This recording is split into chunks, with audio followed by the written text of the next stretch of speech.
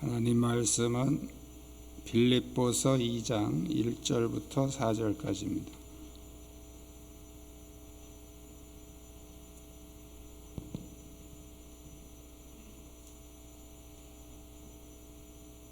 빌립보서 2장 1절부터 4절까지.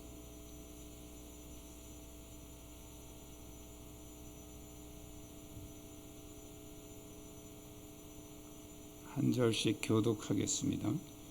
그러므로 그리스도 안에 무슨 권면이나 사랑의 무슨 위로나 성령의 무슨 교제나 긍휼이나 자비가 있거든 마음을 같이하여 같은 사랑을 가지고 뜻을 합하여 한 마음을 품어 아무 일에든지 다툼이나 허용으로 하지 말고 오직 겸손한 마음으로 각각 자기보다 남을 낮게 여기고 각각 자기 일을 돌볼 뿐더러 또한 각각 다른 사람들의 일을 돌보아 나의 기쁨을 충만하게 하라.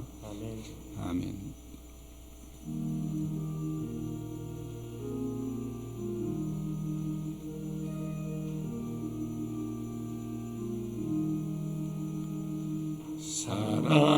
사랑하는 주님 앞에 형제자매 한자리에 계시는 애 생각하며 즐거운 찬송 부르네.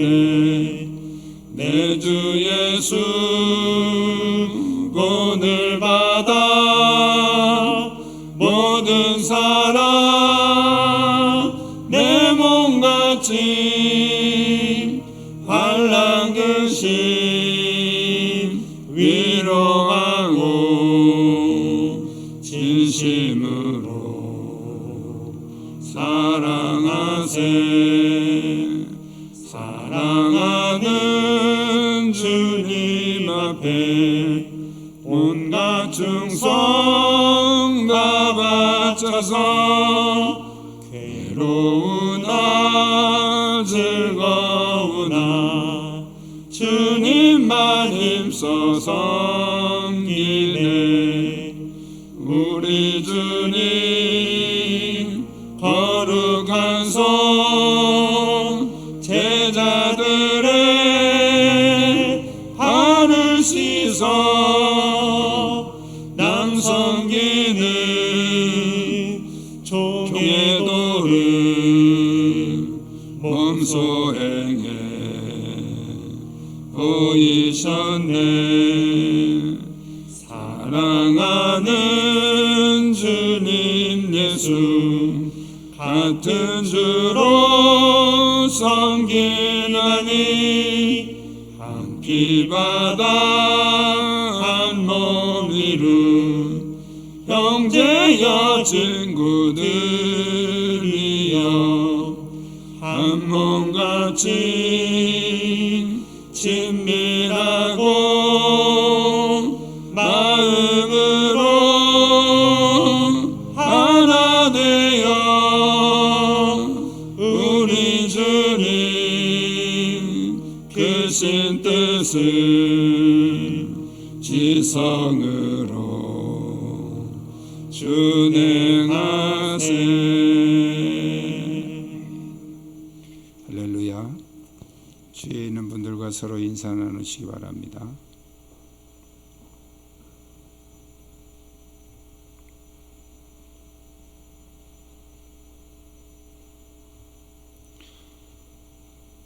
인간을 사회적 동물이라고 말하는 것은 서로 이렇게 공동체를 이루며 살아가기 때문에 하는 표현이라고 생각을 합니다. 사람들은 어떤 공동체를 통해서 어떤 삶의 만족도를 유지해 가고 있죠. 그래서 여러 가지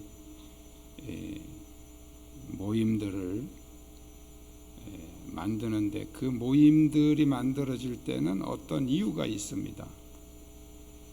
같은 동창들끼리 이제 동창회를 만들고, 동창회라는 이유가 동창회를 만드는 거죠. 또 종친회는 같은 종씨들끼리 그게 이유입니다. 종씨라는 이유로 이제 종친회가 만들어지는 거죠. 또 뭐 계모임 뭐 이렇게 여러 가지 뭐 산악회 뭐 또 뭐 여러 가지 그런 이유로 그런 어떤 모임들을 만들고 또 회사는 하나의 어떤 이익을 위해서 하나의 그런 그룹이 만들어지고 이런 여러 가지 많은 공동체들을 만들어서 이제 거기서 어떤 때로는 경제적인 문제를 해결하기도 하고 또 마음의 위안도 받고 또 소속감을 통해서 어떤 그런 기쁨을 누리기도 하고 그래서 이 세상에는 많은 그런 모임들이 있습니다. 여러분들이 적어도 최소한 몇 개씩은 그런 모임에 이렇게 소속이 돼 있죠. 나는 아무데도 소속되어 있지 않다 하는 분도 이미 청광교회라는 공동체 속에 소속이 돼 있습니다. 여러분들이 뭐 동의하든 안 하든 어쨌든 동의했으니까 소속이 된 거죠. 이유 없이 막연하게 모이는 모임은 없어요. 어떤 이유든 모임이든지 반드시 어떤 이유가 있습니다. 어떤 사람들은 야 우리 골치 아프게 뭐 이런저런 거 하지 말고 그냥 모여서 맛있게 먹고 재밌게 놀다가 헤어지자 이렇게 해가지고 만들어지는 그런 모임도 있습니다. 또 우리는 그냥 운동을 위해서 모이자 이래서 클럽을 만들어서 무슨 클럽 해서 뭐 탁구 뭐 테니스 또 이런 이제 동호회를 만들죠. 모든 모임에는 어떤 이유가 다 있단 말이죠. 관계 중에서 끊을 수 없는 관계가 이제 혈연 관계죠. 같은 혈통이라는 그 이유, 그것 때문에 우리가 형제간에 화목하게 살아야 되는 그 이유는 바로 같은 부모의 피를 나눈 그런 형제라고 하는 특별한 이유가 있기 때문입니다. 영적인 관계도 마찬가지입니다. 우리가 하나가 되려면 어떤 이유가 있어야 되는데 우리 교회는 어떤 이유로 하나가 되면 될까요? 가장 큰 이유는 바로 그리스도의 피로 한 형제 자매가 되었다는 거예요. 예수 그리스도를 통해서 그리스도의 보혈로 한 형제 자매가 되었다는 것이 가장 큰 이유입니다. 근데 오늘 본문에서 바울은 우리가 하나 되어야 되는 이유를 4가지를 말씀하고 있습니다. 하나는 그리스도로부터 끊임없는 권면을 받기 때문이라는 거예요. 1절에 보면 그러므로 그리스도 안에 무슨 권면이나 그리스도로부터 끊임없는 권면을 우리는 받고 있기 때문에 하나가 되어야 된다는 겁니다. 요한복음 17장에 보면 예수님은 우리가 하나 되기를 위해서 간절히 기도하신 내용이 나옵니다. 우리와 같이 저희도 하나가 되게 하옵소서. 예수님이 기도하신 내용이죠. 고린도후서 5장 14절에 보면 그리스도의 사랑이 우리를 강권하시는도다. 강권하신다. 강력하게 권면하신다. 주님은 우리가 그리스도 안에서 하나가 되기를 권면하고 계십니다. 분열되는 것은 주님이 원하시는 것이 아닙니다. 주님의 권면을 불순종하는 것입니다. 그것은 주님의 마음을 아프게 하는 것이죠. 부모의 입장에서 언제가 가장 마음이 아플까요? 여러 가지가 있겠지만 또 사람마다 다르겠지만 대체적으로 공통적인 것은 자녀들끼리 서로 헐뜯고 싸울 때 부모의 마음도 찢어집니다. 부모가 가장 힘들고 어렵습니다. 주님께서도 마찬가지입니다. 교회가 서로 다투고 갈라지고 하는 것은 주님의 마음을 찢는 행위입니다. 그래서 주님은 우리가 항상 하나 되기를 권면하고 계신다는 거예요. 두 번째는 그리스도로부터 사랑의 위로를 받기 때문입니다. 그러므로 그리스도 안에 무슨 권면이나 사랑의 무슨 위로나 그랬어요. 고린도후서 1장 5절에 보면 그리스도의 고난이 우리에게 넘친 것 같이 우리의 위로도 그리스도로 말미암아 넘치는도다. 진정한 위로는 그리스도로부터 오는 것이다. 이 위로가 여러분의 삶에 넘치시기를 축복합니다. 힘들고 외로울 때 어떻게 하면 우리는 그것을 극복할 수 있을까요? 주님의 십자가를 바라보면 한없는 위로와 평강이 회복되는 줄 믿습니다. 이 사랑의 위로 때문에 우리는 하나가 돼야 된다는 거예요. 세 번째 이유는 성령의 교제가 있기 때문입니다. 자, 마귀의 특징은 분열시키는 것입니다. 자꾸 이간질해서 분열을 시킵니다. 오해를 하게 만들고 심지어는 말도 잘못 들리게도 합니다.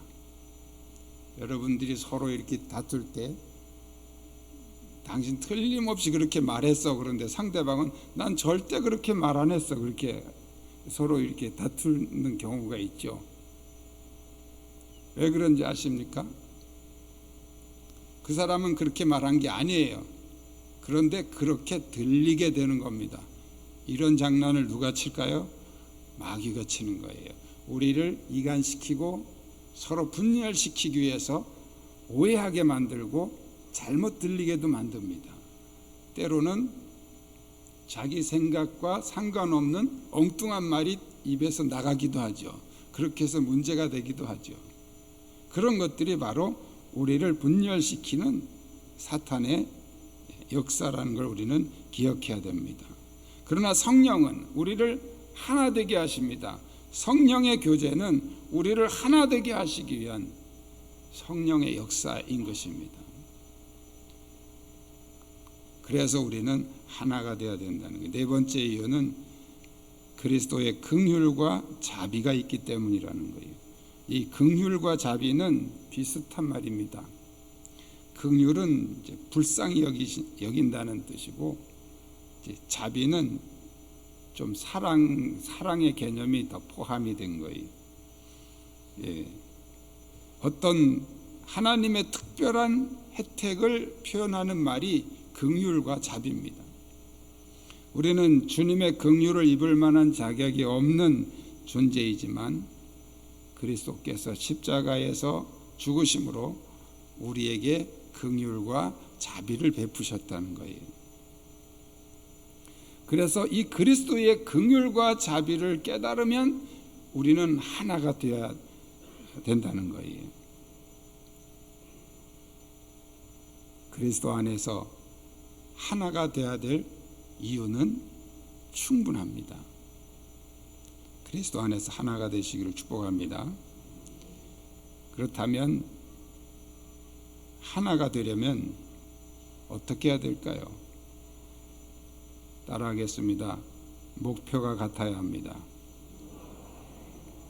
자, 하나가 되기 위해서는 같은 목표를 가져야 된다는 거예요. 서로 다른 목표를 가지고 있으면 하나 되기 어렵다는 겁니다. 그래서 그리스도인들은 하나의 목표를 가져야 되는데 그 목표가 예수 그리스도라는 거예요. 오직 예수 그리스도라는 그 하나의 목표를 가지고 가야 교회는 하나가 될 수 있다는 것입니다. 그 그리스도는 어떤 분이십니까? 오늘 성경은 그리스도의 마음을 품으라고 말씀하고 있습니다. 사람들의 마음은 다 다르죠. 그래서 다 내 마음대로 하면 교회는 그냥 사분오열 다 흐트러지고 모래성같이 흐트러지는 것입니다. 그래서 같은 마음을 품어야 되는데 그 그 같은 마음을 품으려면 바로 그리스도의 마음을 품어야 된다는 거예요. 예수 그리스도가 중심이 되지 않으면 한 마음이 될 수 없다는 것입니다. 그리스도의 마음을 품으시길 축복합니다. 또 하나는 그리스도의 사랑을 가져야 된다는 거예요. 2절에 마음을 같이하여 같은 사랑을 가지고, 같은 사랑. 헬라어에서는 사랑을 표현하는 말이 네 가지입니다. 남녀간의 사랑, 이런 모성의 여러 사랑인데, 여기서 말하는 이 사랑은 아가페 사랑, 하나님의 사랑,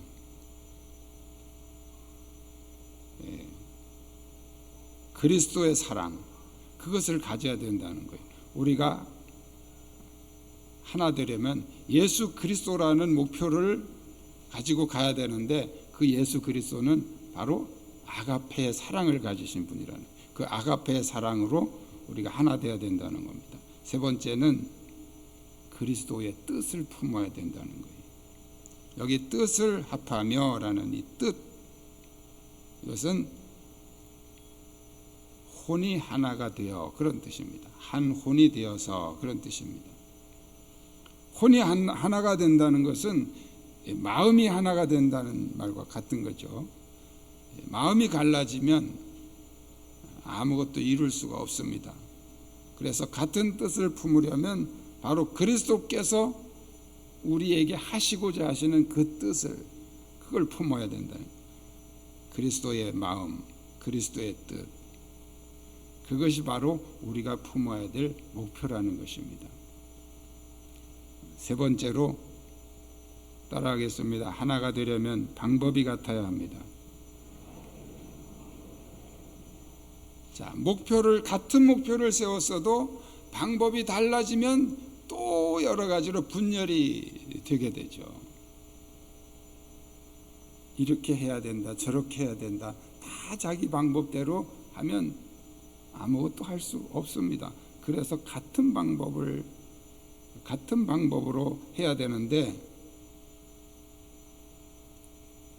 각자가 자기 방법대로 하면 아무것도 안 되죠. 그래서 오늘 우리는 바울이 우리에게 같은 방법을 소개하고 있습니다.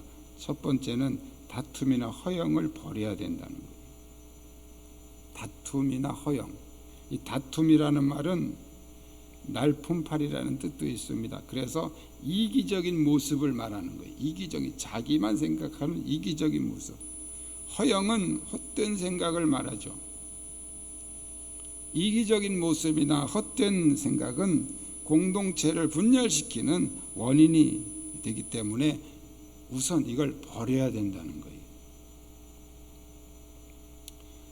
공동체 의견을 무시하고 자기의 자존심을 세우기 위해서 헛된 생각을 주장하면 공동체는 분열되게 되는 것입니다.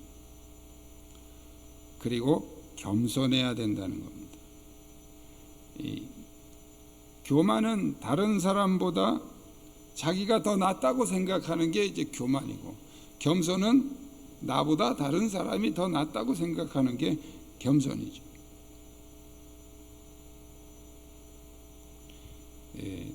나보다 남을 더 낮게 여긴다는 것은 열등의식이 아닙니다. 이것은 바로 다른 사람을 인격적으로 존중해 주는 것이죠. 그래서 교만은 분쟁을 일으키고 겸손은 하나가 되게 하는 중요한 방법입니다. 앞에 다툼이나 허영은 교만에서 나오는 것이죠. 그리고 남을 돌봐야 된다는 거예요. 오늘 성경의 4절에서 각각 자기 일을 돌볼 뿐더러 또한 각각 다른 사람들의 일을 돌보아. 왜 자기 일을 돌보라는 말을 먼저 했을까요? 자기 일을 돌보지 않고 남의 일만 돌보는 사람이 있죠. 덕이 됩니까? 밖에서는 칭찬 들을지 모르지만 안에서는 무지한 바가지를 또 그렇게 해야 됩니다. 그러니까 남의 일만 돌보는 사람, 또 반대로 남에게는 전혀 관심도 없고 자기 일만 하는 사람, 이 두 가지 다 건강하지 못한 그리스도인의 모습이죠. 그래서 오늘 성경에서 바울은 자기 일을 돌보라, 그리고 남의 일을 돌봐주라. 자기 일만 돌보면 이런 사람은 아주 이기적인 사람, 공동체에 유익이 없는 사람이고, 또 남의 일만 돌보면 덕이 안 돼요. 덕이 자기 집안은 엉망으로 만들어 놓고 여기저기 다니면서 동네 일만 돌보고 그러면 사람들이 뭐라 그러겠어요? 덕이 안 된단 말이죠. 그래서 자기 일을 돌보고 그 다음에 남의 일을 돌보라. 자기 일을 돌보는 것은 남의 일을 돌볼 때 더 효과적으로 하기 위해서 자기 일을 먼저 돌보라는 것입니다. 남의 일을 돌보기 위한 준비 과정이 자기 일을 돌보는 것입니다.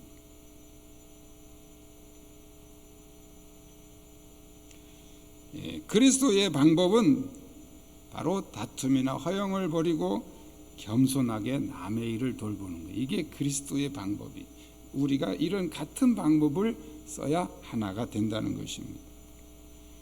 교회의 목표는 그리스도 안에서 하나가 되는 것입니다. 아무리 중요한 일이라도 하나가 되는 것보다 더 중요한 일은 없습니다. 왜냐하면 교회는 그리스도의 피를 나눈 형제 자매 공동체이기 때문에 그렇습니다.